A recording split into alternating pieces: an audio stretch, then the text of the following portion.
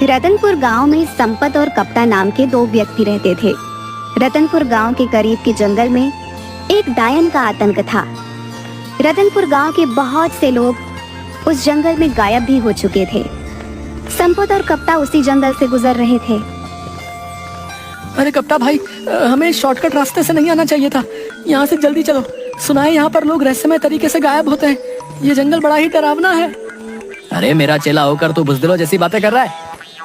अरे कप्ता भाई, पिछले ही महीने सुखिया चाचा का बेटा इसी जंगल से लापता हो गया था, जिसका सुराग आज तक नहीं मिला। तुम तो वैसे भी 9 महीने शहर में बिताते हो और 3 महीने गांव में बिताते हो। तुम्हें क्या पता गांव में क्या चल रहा है? अबे तुम गांव के गवार क्या जानो शहर की आमदनी के बारे में? हैं? तुम तो बस सारा दिन मुंह उठाए गांव में फिरते रहते हो। कितनी बार बोला है तुझे चेला कि मेरे साथ शहर आ जा, लेकिन तू ये गवारों वाली जिंदगी छोड़ना ही नहीं चाहता। तभी संपत की नजर एक पॉलीथीन पर पड़ी जिसे गुरु पकड़े हुए था। ये हाथ में क्या पकड़े हो कप्ता भैया? जरा हमें भी दिखाओ क्या है इस पॉलीथीन में। अरे कुछ नहीं संपत, मेरी पत्नी ने शहर से कुछ डायपर के पैकेट मंगवाए थे, बस वही है। डायपर के पैकेट? लेकिन जहाँ तक मैं जानता हूँ तुम्हारे घर में तो कोई बच्चा है ही नहीं। अबे पगला हो गया क्या? मुन्ना को भूल गया क्या? मुन्ना? अरे वो तो 10 साल का हो चुका है कप्ता भैया। सांड की तरह फैल फैल कर मोटा ताजा हो रखा है। क्या वो अभी भी डायपर पहनता है? तुम गांव के गवार क्या जानो? तुम गांव के गवार इस बात को नहीं समझोगे।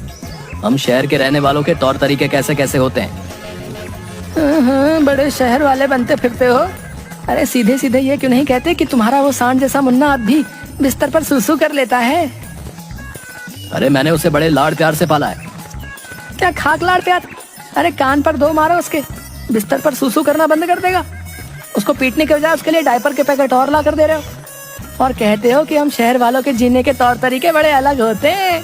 इससे तो अच्छा मेरा गांव है भला। संपत ने यह बात बोली ही थी कि तभी अचानक देखते ही देखते चारों ओर धुआं छा गया और अजीब अजीब सी आवाजों का शोर होने लगा। ये धुआं कैसे संपत? मुझे कुछ भी दिखाई नहीं दे रहा। तभी संपत के कानों में कप्ता की चीख टकराई। चीख सुनकर संपत बुरी तरह से डर गया और बेहद फुर्ती से वहां से भागने लगा। कुछ ही देर में संपत भागता हुआ गांव पहुंच गया और चिल्लाते हुए सबसे बोला, अरे गांव वालों, कहाँ मर गए तुम सबके सब? निकम्मो, तुम सबके सब जल्दी से मेरे साथ चलो, कप्ता भाई लापता हो गए हैं। संपत की बात सुनकर गांव का मुखिया गुस्से से बोला, क्या बात है संपत? क्या कुत्ते की तरह इतनी देर से भौंके जा रहा है? लगता है तू आज भी शराब पीकर आया है।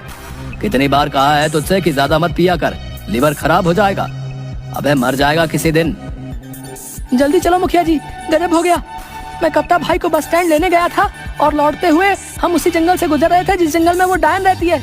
अचानक चारों ओर धुआं धुआं छा गया और कप्ता भाई की चीख मेरे कानों में टकराई। मैं बड़ी मुश्किल से अपनी जान बचाकर भागा हूँ। तू दोस्त के नाम पर कलंक है हीरू। अपने जिगरी दोस्त को, जिसे तू अपना गुरु मानता है, उसे अकेला छोड़कर भाग आया और हम सब गांव वालों को निकम्मा बोल रहा है। अरे तो क्या करता, मैं भी उस डायन का शिकार हो जाता। हाँ, अगर मैं तेरी जगह होता मैं अपने दोस्त का साथ कभी नहीं छोड़ता, भले ही मुझे उसके लिए अपनी जान ही क्यों नहीं देनी पड़ती।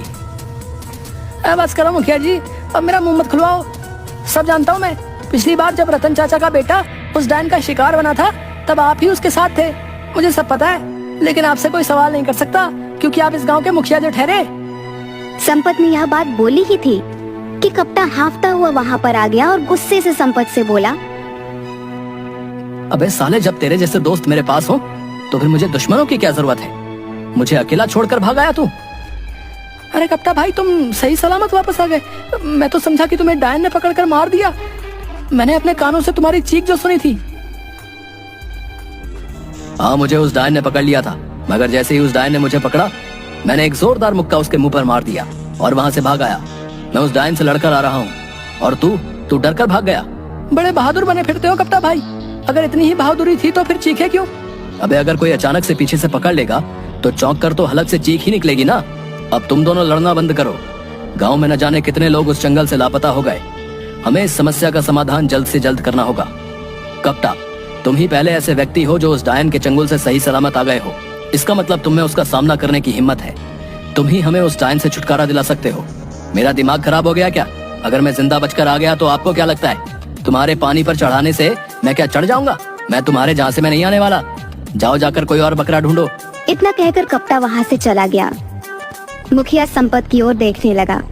दिमाग खराब हो गया क्या मुखिया जी? मैं तो खुद ही बड़ी मुश्किल से जान बचा कर आया हूँ। तुम गांव के मुखिया हो, गांव वालों ने तुम्हें चुना है, तो तुम क्यों नहीं उस डायन से सामना करने के लिए जाते? अबे अगर मैं इस गांव का मुखिया हूँ तो क्या मैं अपनी जान गवा दूं? मुखिया ने इतना बोला ही था कि तभी एक बेहद बूढ़ा व्यक्ति जिसकी उम्र करीब 100 साल के आसपास थी, लाठी पकड़े हुए लड़खड़ाता हुआ वहाँ पर आ गया और कपकपाती आवाज में मुखिया की ओर देखकर बोला, चिंता मत कर, मैंने टेलीफोन के जरिए एक बहुत पहुँचे हुए साधु को उस डायन के बारे में बता दिया है। आज रात वो आने वाला है। देखना वो साधु अपनी शक्ति से उस डायन को जलाकर राख कर देंगे। हाँ। अचानक वो बूढ़ा खांसने लगा। उसके हाथ से लाठी छूट गई और वह गिर गया। उसे गिरता देख मुखिया गुस्से में संपत की ओर देखकर बोला, अबे देखता क्या, उठा इसको। ये झुमरी के परदादा भी ना, जब इनसे चला नहीं जाता तो फिर ये घर से बाहर निकल कैसे आते हैं? तभी अपने परदादा को ढूंढते हुए झुमरी वहाँ पर आ गई। ये तुम्हारे ही परदादा है ना? इन्हें घर के अंदर बंद करके रखा करो। झुमरी ने संपत से बोला, हर बार इन्हें घर पर बंद करके बाहर जाती हूँ और पता नहीं कैसे दरवाजा खोल लेते हैं। सैकड़ों बार गिर चुके हैं, मगर मजाल है कि इनकी पसली में जरा से भी कोई मामूली फ्रैक्चर हुआ हो। पता नहीं क्या खाया होगा इन्होंने जवानी में। झुमरी अपने परदादा को लेकर वहाँ से चली जाती है। रात का समय था। एक साधु रतनपुर गांव के उसी जंगल से शॉर्टकट रास्ते से निडर होकर चला जा रहा था कि तभी अचानक देखते ही देखते काला धुआं उठने लगा। मगर साधु निडर होकर वहां पर खड़ा रहा। कुछ देर बाद धुआं छट गया। साधु के सामने एक बेहद भयानक चेहरे वाली डायन खड़ी हो गई। क्या तुझे पता नहीं, यहाँ जो भी आता है जिंदा बच के नहीं जाता। हाँ जानता हूँ, न जाने कितने लोगों की जान ली है तूने, लेकिन अब तेरा अंतिम समय आ गया है डायन, क्योंकि मैं तुझे अपने मंत्रों की शक्ति से भस्म कर दूंगा। कोशिश करके देख ले।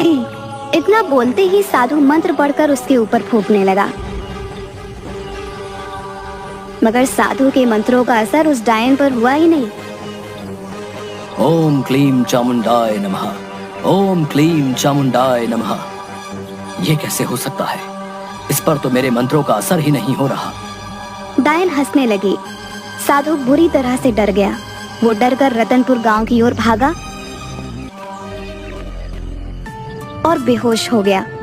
अगले दिन साधु की जब आंख खुली तो उसे गांव का मुखिया और सारे लोग साधु को घेरे हुए बैठे थे। कहीं तुम वही साधु तो नहीं जो डायन से हमें मुक्ति दिलाने आए थे? हाँ, मैं वही साधु हूँ। लेकिन तुम तो यहाँ बेहोश पड़े हुए हो। क्या तुमने डायन को खत्म कर दिया? वो डायन उम्मीद से ज्यादा ताकतवर निकली। मेरे मंत्रों का उस पर कुछ भी असर नहीं हुआ। ये क्यों नहीं कहता कि तू एक पाखंडी साधु है? तुम मेरा अपमान कर रहे हो। अरे जाओ बाबा, डायन के सामने जब भाग रहे थे तब अपमान नहीं हुआ था? तुम्हें कैसे पता कि डायन के सामने मैं भाग रहा था? तुम्हारी शक्ल बता रही है। तभी एक पागल वहाँ आकर गुस्से से बड़बड़ाने लगा। तुम सब डरपोक हो। आज रात मैं उस डायन का खात्मा कर दूंगा। अरे अब ये पागल फिर से यहाँ पर आ गया, भगाओ इसे। अबे पागल कौन है तू? पिछले कुछ दिनों से तूने हम सबको जीना आराम कर रखा है। आज तुझे बताना ही पड़ेगा कि तू कहाँ से आया है। पागल हो गया है क्या? वो एक पागल है, वो तुझे कैसे बता सकता है कि वो कहाँ से आया है? उस बेचारे को तो अपना ही होश नहीं है। वो पागल बड़बड़ाता हुआ वहाँ से चला गया। देखना मुखिया जी, मुझे लगता है आज रात इस पागल की आखिरी रात है। सही बोल रहा है तू, ये मरेगा साला आज। अरे वो सब तो ठीक है, लेकिन इस समस्या का समाधान कैसे निकलेगा, इस बारे में सोचो। उस डायन के आगे तो ये साधु भी अपनी जान बचाकर भाग आया है। कपटा और संपत, तुम दोनों इस गांव की आन बान और शान हो। तुम दोनों की जोड़ी इस गांव में गुरु और चेले के नाम से मशहूर है। आखिर तुम दोनों इस समस्या का समाधान क्यों नहीं निकालते? क्योंकि हम कोई तांत्रिक नहीं है मुखिया जी। आपने स्वयं देखा, ये तांत्रिक खुद अपनी जान बचाकर भागा है। भला हम कैसे इस डायन का मुकाबला कर सकते हैं? तो फिर गांव के लोग ऐसे ही लापता होते रहेंगे क्या? तभी गांव का एक व्यक्ति बोला, मुखिया जी हम पुलिस की मदद क्यों नहीं ले सकते? अबे पागल हो गया क्या है? पुलिस वाले कब से डायन और चुड़ैल को पकड़ने लगे? अगर वहां पर मुखिया जी शिकायत लेकर गए तो उल्टे डंडे मारकर भगा देंगे। बकवास बंद कर कपटा। पिछली बार एक पुलिस वाला जो इन सब बातों पर यकीन नहीं करता था उस जंगल में गया था, जो आज तक वापस नहीं लौटा। तो फिर अब आप सब कुछ भगवान के भरोसे छोड़ दीजिए मुखिया जी, वही हम सबको इस मुसीबत से बचा सकते हैं। कुछ दिनों बाद उस डायन का आतंक इतना ज्यादा बढ़ गया कि रतनपुर गांव के लोग रतनपुर छोड़कर दूसरे गांव की ओर जाने लगे। एक रात की बात है, वह पागल बड़बड़ाता हुआ उसी जंगल में जा रहा था कि तभी अचानक एक काला धुआं उठा। उसमें से वही भयानक डायन निकलकर प्रकट हो गई और पागल की ओर देखकर बोली, जंगल में मुझे सिर्फ इंसानों का मांस अच्छा लगता है, पागल का नहीं। अरे तुझे कैसे पता मैं पागल हूँ? बेवकूफ डायन, लोग मुझे इसलिए पागल कहते हैं क्योंकि मैं दिन भर शराब पिए रहता हूँ और सच बोलता हूँ। अगर तू पागल नहीं है तो मरने के लिए तैयार हो जा। डायन की बात सुनकर वो पागल हंसने लगा। तू मेरी हंसी बना रहा है? सच तो ये है कि तू डायन है ही नहीं, अगर डायन होती तो मुझे मार देती। पागल ने इतना कहा ही था कि डायन ने पागल को दबोच लिया।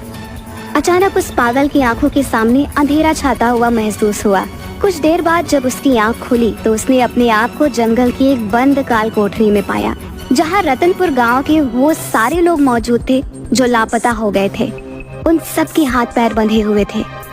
उन्हीं में से एक व्यक्ति ने पागल से बोला, अबे बेवकूफ, क्या जरूरत थी तुझे यहाँ पर आने की?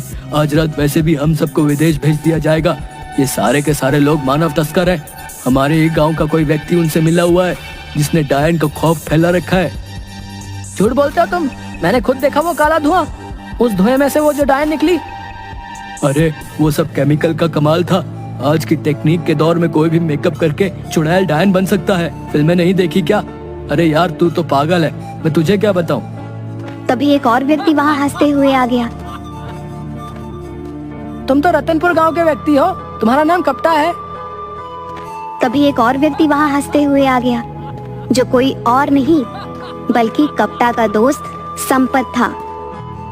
गुरु ये पागल तो बड़ा जल्दी सही हो गया। मैं तो खामखा डर रहा था गुरु कि हम इस पागल को पकड़ के ले जाकर क्या करेंगे। ये पागल भला हमारे किस काम आने वाला था, लेकिन ये तो सही हो गया। तुम्हारा आइडिया कमाल का था। देखना संपत, आज की रात हम इन सबको शहर शिफ्ट कर देंगे और वहाँ से इन सबको पकड़कर विदेश में ले जाया जाएगा। उसके बाद हम देखते ही देखते मालामाल हो जाएंगे। तुझे अंदाजा भी नहीं है संपत, हम इतने पैसे वाले हो जाएंगे कि रतनपुर गांव जैसे न जाने कितने गांव खरीद लेंगे। कप्तान ने यह कहा ही था कि तभी उस पागल ने अपनी फटी हुई जेब से पिस्तौल निकालकर एक हवाई फायर कर दिया। सब कुछ इतना जल्दी हुआ कि कप्तान और संपत अचानक चौंक गए। गुरु इसके हाथ में तो पिस्तौल है। ये कोई पागल नहीं, ये कोई पुलिस वाला लगता है। हमने पागल समझकर इसके हाथ पैर भी नहीं बांधे। तू सही कह रहा है हीरू, लगता है हम दोनों बड़ी चूक खा गए। देखते ही देखते पुलिस ने उन सबको घेर लिया। सारे पुलिस अधिकारी उस पागल को सैल्यूट करने लगे। वह पागल व्यक्ति कोई और नहीं बल्कि क्राइम ब्रांच ऑफिसर अशोक था। मुझे इंटेलिजेंस से सूचना मिली थी कि रतनपुर गांव में बहुत से लोगों की मानव तस्करी होने वाली है, इसलिए मैं कुछ दिनों पहले यहाँ की छानबीन करने के लिए आ गया था। यहाँ आकर डायन की अफवाह सुनकर मुझे पक्का यकीन हो गया कि कोई और नहीं बल्कि कोई मानव तस्कर ही होगा जिसने डायन का खौफ फैला रखा है, ताकि पुलिस और लोग डर की वजह से इस जड़ की तह तक न जाएं। और इस काम के लिए मेरी मदद गांव के मुखिया ने की। तभी गांव का मुखिया और उसी साधु के साथ और लोग वहां पर आ गए। मुखिया मुस्कुराता हुआ बोला, मुझे तो उसी दिन तुम दोनों पर शक हो गया था जिस दिन तुम दोनों डायन के चंगुल से बचकर आ गए थे। ऐसा इससे पहले कभी भी नहीं हुआ। सारा गांव डायन से डरा हुआ होता था और तुम दोनों के चेहरे पर कोई शिकन नहीं होती थी। मैं शुरू से ही क्राइम ब्रांच के इंस्पेक्टर अशोक को जानता था। मुझे पक्का यकीन हो गया था कि मेरे गांव में कोई डायन वायन का प्रकोप नहीं है, बल्कि ये तो किसी मक्कार इंसान की ही करतूत है। और तुम दोनों के ऊपर शक उस दिन और ज्यादा पक्का हो गया जिस रात डायन से मेरा सामना हुआ। डायन को भगाने के लिए मैंने बेहद प्राचीन मंत्र पढ़कर फूंके, मगर डायन टस से मस नहीं हुई। कहां से होगी, क्योंकि मेरे सामने तो डायन थी ही नहीं। वो मंत्र डायनों और चुड़ैलों के लिए थे, इंसानों के लिए नहीं। कप्ता और संपत को गिरफ्तार करके जेल भेज दिया गया और सारे गांव वालों को डायन से मुक्ति मिल गई।